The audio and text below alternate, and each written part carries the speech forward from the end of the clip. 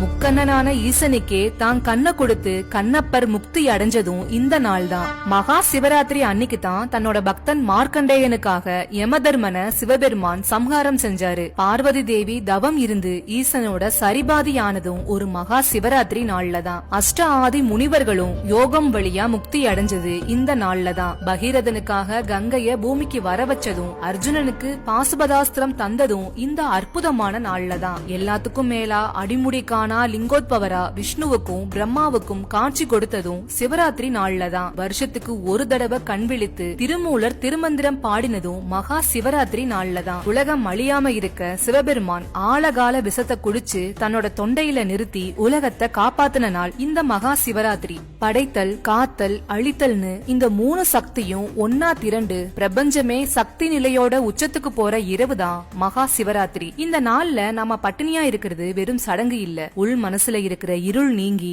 ஞானம் பிறக்கிறதுக்காக நாம செய்யற தவம். கோடி கோடி ஜென்மங்களோட கர்ம வினைகள் கூட சிவராத்திரி அன்னைக்கு நாம விழிச்சிருந்து 4 ஜாம பூஜை செஞ்சா சாம்பலா போயிடும்னு சாஸ்திரங்கள் சொல்லுது. உலக வாழ்வில இருந்து விலகி நின்னு இறை சிந்தனைக்கான விழிப்பு நிலைய அடையறத நோக்கமா வச்சு உருவாக்கப்பட்ட நாள் தான் மகா சிவராத்திரி. இந்த மகா சிவராத்திரி நாள்ல நிறைய அற்புதங்கள் நடந்திருக்கு. அந்த அற்புதங்களை எல்லாம் ஒன்னொன்னா நாம இன்னைக்கு பார்க்க போறோம். வீடியோக்குள்ள போறதுக்கு முன்னாடி நீங்க ஒரு சிவபக்தர்னா இந்த வீடியோக்கு ஒரு லைக் பண்ணிட்டு மகா சிவராத்திரி அன்னைக்கு நீங்க போகக்கூடிய சிவன் கோயிலோட பேரை எனக்கு கமெண்ட்ல சொல்லுங்க. ஈசன் அருவமான ஒளியாவும் அருவுருவமான லிங்கோத்பவராவும் அழகே வடிவமான உருவமாவும் தன்னை வெளிப்படுத்தின நாள் தான் மகா சிவராத்திரி. மத்த எந்த விரதத்தையும் கடைபிடிக்க முடியாதவங்க கூட இந்த நாள்ல வழிபாடு செஞ்சு வேண்டத நிறைவேற்றிக்க முடியும். சிவராத்திரினா சிவனுக்கு ரொம்ப பிடிச்ச ராத்திரின்னு அர்த்தம். இல்லைனா சிவபெருமானோட பெரிய இரவுன்னு கூட சொல்லலாம். சூட்சுமமான ஞான சக்கரங்கள் திறந்து உடல் முழுக்க அமிர்தம் ஊறும் இரவுதான் மகா சிவராத்திரி. சுவாசமும் ரத்த ஓட்டமும் இணைஞ்சுதான் நம்ம உடல் மன இயக்கத்தை நிர்ணயிக்குது. மாசி மாத தேய்பிரை சதுர்த்தசி இரவான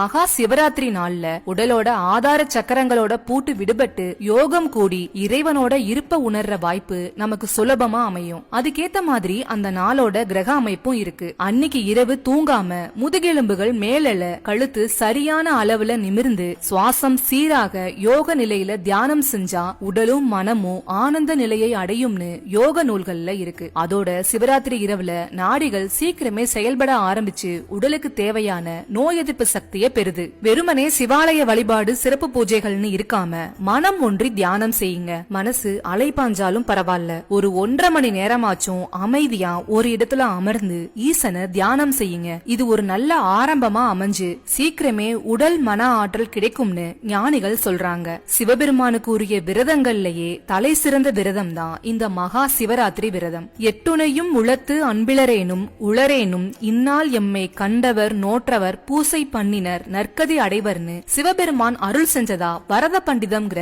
நூல்ல இருக்கு. அதாவது எல்லா அளவு கூட அன்பில்லாதவங்களா இருந்தாலும் சரி, அன்பு உள்ளவங்களா இருந்தாலும் சரி, சிவராத்திரி அன்னைக்கு சிவபெருமான தரிசிக்கிறவங்க, அவரை நினைச்சு விரதம் இருக்கிறவங்க, பூஜை செய்யறவங்க எல்லாருக்குமே நற்கதி கிடைக்கும்ங்கிறது தான் இதோட அர்த்தம். ஒரு சமயம் உலகம் முழுக்க பிரளயம் வந்திருக்கு. அப்போ இந்த உலகத்துல இருந்த எல்லா உயிர்களும் அழிஞ்சு சிவபெருமான் கிட்டயே ஐக்கியம் ஆயிடுச்சு. அதனால இந்த அண்ட பேரண்டமே ஸ்தம்பிச்சு செயலற்று போச்சு. அத பார்த்து கருணையே உருவமான நம்ம பார்வதி தேவி ரொம்பவும் கவலைப்பட்டாங்க. திரும்பவும் உலகம் இயங்கணும், உயிரினங்கள் மறுபடியும் செயல்பாட்டுல ஈடுபடணும்னு நினைச்சு ரொம்ப கடுமையான தவத்தை இடைவிடாம செஞ்சாங்க.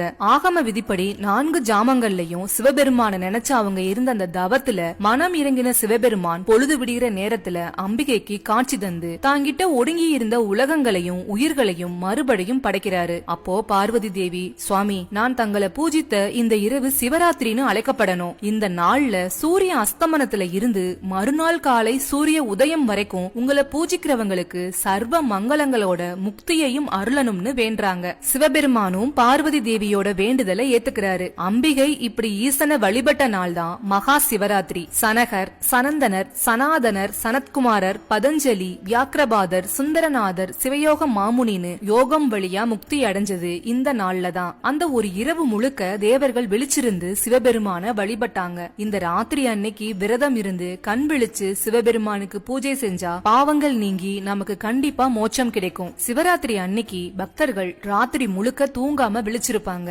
நாள் முழுக்க விரதம் இருந்து ராத்திரியில 4 ஜாம பூஜை செய்வாங்க. சுருக்கமா சொன்னா மகா சிவராத்திரிங்கிறது இருள் நீங்கி ஞான ஒளி பிறக்கிற ஒரு அதிசக்தி வாய்ந்த இரவு. இந்த ஜென்மத்துல தெரியாம செஞ்ச பாவங்கள் இல்லைனா போன ஜென்மத்துல செஞ்ச கஷ்டமான கர்ம வினைகள் எல்லாம் இந்த மகா சிவராத்திரி அன்னைக்கு மனசார சிவபெருமான வழிபட்டா அழிஞ்சு போகும்னு புராணங்கள் சொல்லுது. இப்போ இந்த மகா சிவராத்திரியில நடந்த சில சுவாரஸ்யமான சம்பவங்கள்